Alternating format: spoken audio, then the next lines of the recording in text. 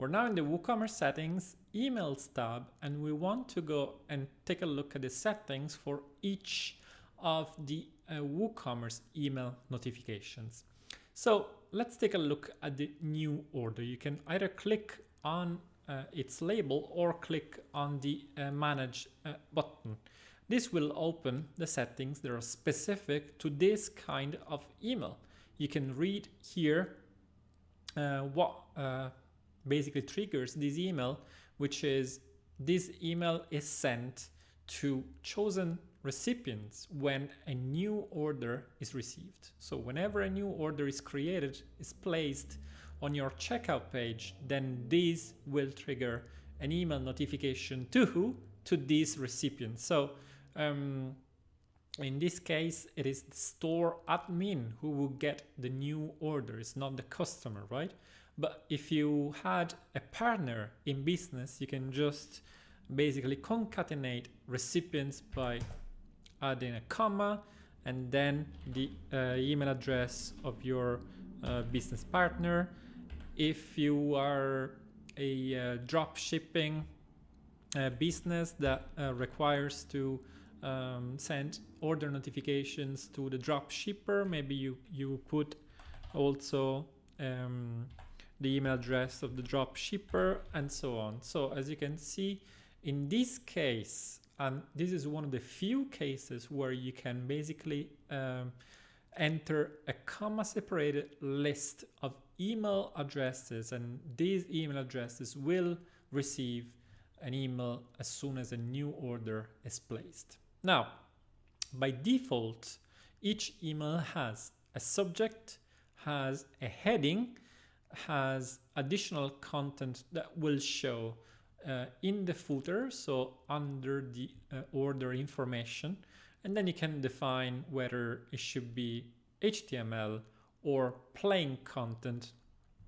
or multi-part, which is something that you possibly will never use. So if you want a plain text because you've decided that for your project specifications that's what's needed, then you would select plain, otherwise you just leave HTML by default. Now in here, as you can see, the placeholder for these fields is already telling you how this subject and email heading will display. Now the subject, of course, is the email subject, while the email heading is basically the title that will show in the body of the email. So the very first thing that will go in that template that we saw in the previous lesson in the title with the background color. Now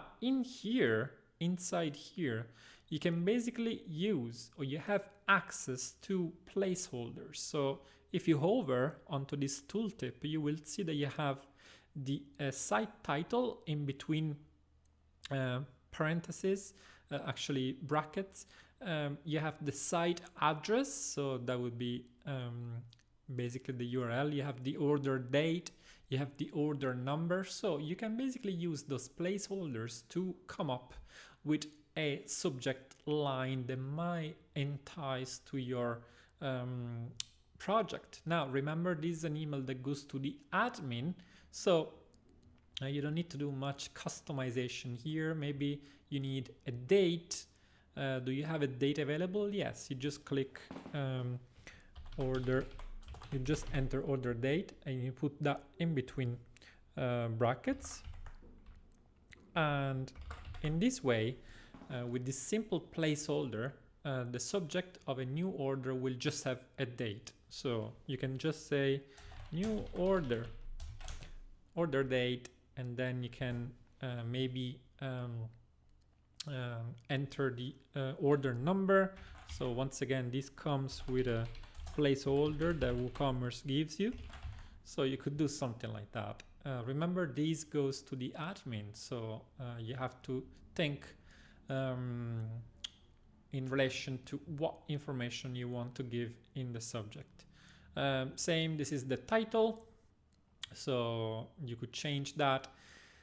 Now, if you wanted to use a different placeholder or a custom field or different order information, so not the date, not the number, but maybe you want to print out the order items or the order categories or whatever it is, well, you cannot do that from here alone. You will need basically to develop a snippet, so a custom PHP snippet that will then go and look for the new order email and programmatically set the subject or the email heading for you. So you wouldn't use these settings. You would just then use one of the snippets that you find below this video and go and customize or personalize the subject with custom meta or custom information. In relation to this additional content, by default, WooCommerce is showing these somewhat weird or even annoying sentences in the footer of each email. So if you can just delete that, basically this will not appear under the order information in the basically bottom part of the email body. Even in here you can access placeholders, or you can put additional information such as check the terms and conditions or whatever it is. Once again, remember this is the new order email, so unless you need to add information to yourself, then maybe this is not necessary. So as you can see, these settings are quite limited. Why? Because apart from the recipient, apart from the subject and maybe the footer, you can't really control what goes inside in the body of the email, which is usually the order number, the order items, the order totals. In that case, you have to use PHP. You have to use snippets and or plugins to customize the content of emails. Basically, all these emails, they have all the same internal content, and that's not editable from the settings. All you can change is basically who the email goes to, is the subject of the email and the title. Once again, if we go and take a look at other emails, we have the same thing. So in the cancel order, we have once again the choice of the recipients, of subject, email heading.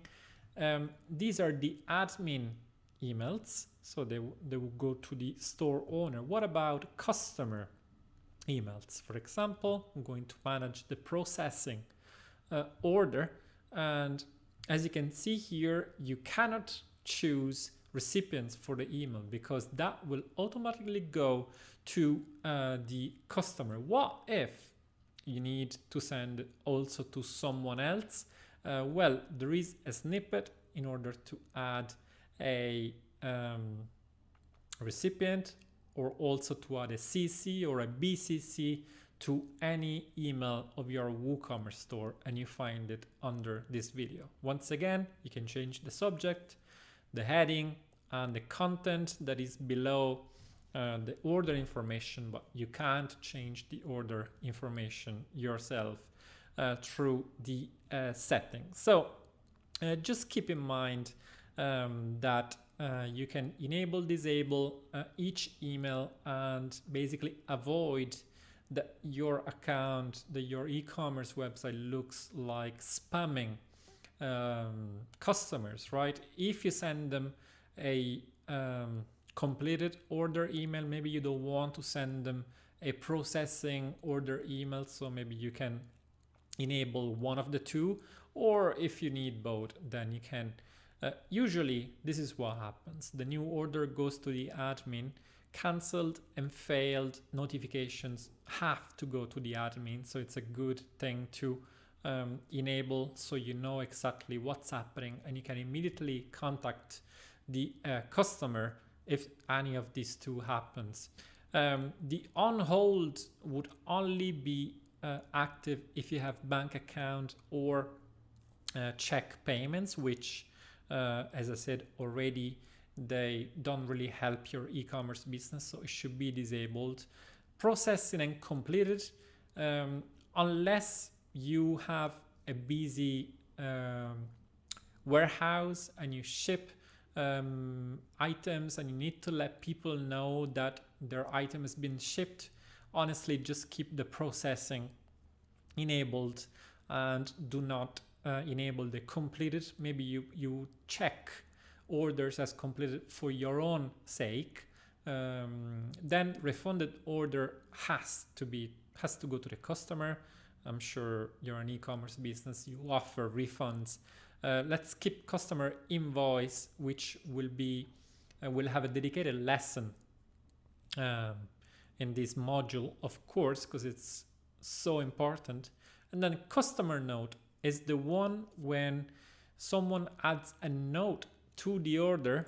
And what I'm talking about is whenever you go to WooCommerce orders and as an admin you add a customer note, maybe you've changed something, maybe you've shipped the item, maybe you want to contact them. Well, in case you are familiar with those notes and you add notes, then you want to enable it, otherwise you don't. And then of course you must have a reset password email notification active. And a new account one, if you automatically generate usernames and passwords, well, this is absolutely important that this email is enabled. Remember, usernames and passwords are automatically generated, and we've seen how you can do that from the settings in a previous lesson. So this is basically an overview on what you can do with each email notification, and despite settings are quite limited, you can achieve most of your email goals. Then if you have to add content to a specific email, if you have to change the style of a specific email, if you have to disable a given email if a certain condition is met, then there are snippets for that.